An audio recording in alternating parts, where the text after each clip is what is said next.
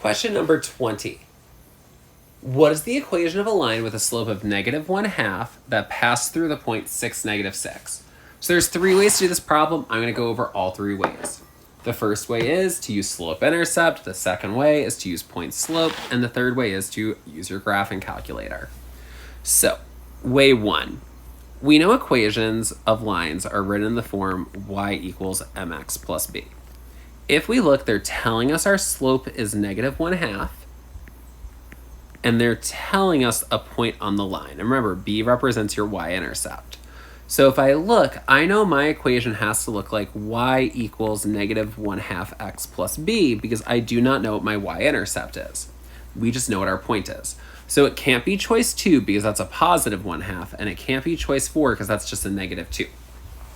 So what I'm going to do is I'm going to plug in 6, -6 for x and y because they tell us a coordinate on the line.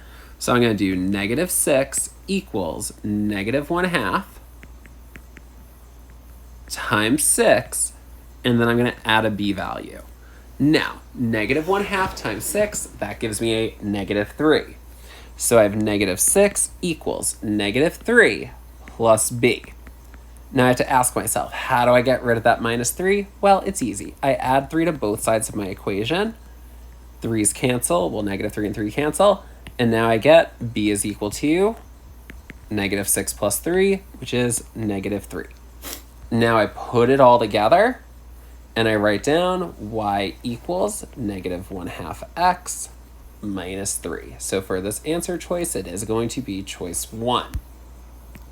Now let's look at how we would use point-slope form. So now for those of you who use point-slope form, that's this form right here, y minus y1 equals m times x minus x1.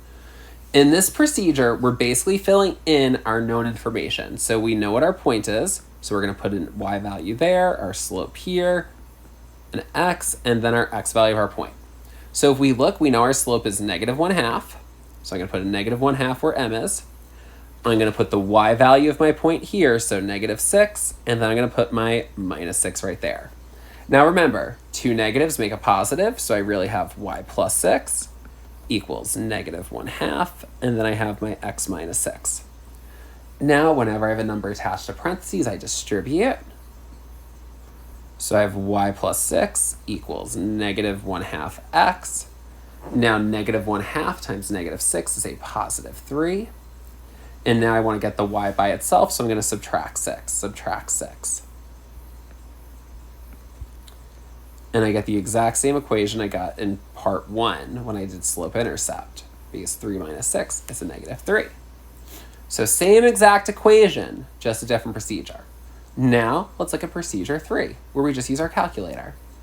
I'm going to type my answer choices into the calculator. I'm going to type the wrong one first. So I'm going to type in choice 2. So 1/2 x minus 3, and I'm going to hit second graph. We know it's not going to be choice 2 because it wants us to have a slope of -1/2. And if I look at x equals 6, I get a y value of 0. I want a y value of -6. Now, I'm going to type in the correct answer choice, which is choice 1. Negative alpha y equal enter, 1/2. Ooh, that's 12. Then my x, and then my -3. I hit second graph, and look at what I get at 6. I get -6. Another reason why it's choice number 1.